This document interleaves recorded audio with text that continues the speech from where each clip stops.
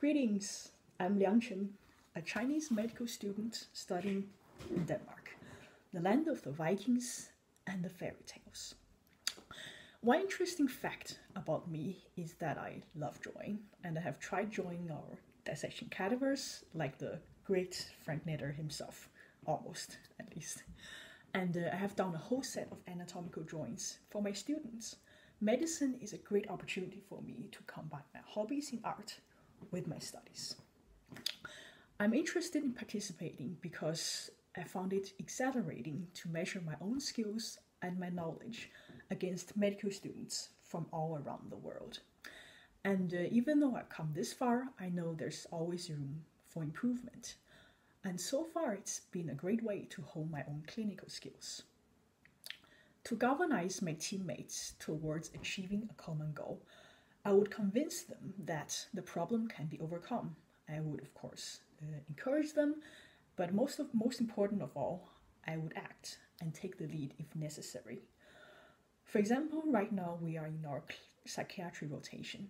Each day, one of us has to talk to a patient and write the patient's charts. The first day, no one volunteered. Maybe because they've seen the new Joker movie or something. But all jokes aside, I told them, I spoke up and said, well, come on guys, there's people working here. Psychiatry can't be that scary. And I volunteered to be the first one. Afterwards, my own classmates also volunteered themselves. So I would encourage my teammates, but I would also act, and I'm not afraid to take the lead if necessary. When I'm at odds with one of my peers in the hospital, I would always try to find common ground and compromise whenever possible. But I would also stand my own ground if necessary. For example, I was working at a cardiology department for some time, and we had a patient with upper abdominal, lower thoracic pain. We ruled out cardiopulmonary problems and paged general surgery. Meanwhile, I tried to take care of the scans, the lab works, the necessary stuff they would require. Because for me, cooperation is very important in medicine, since you're not treating an organ system, you're treating the whole patient.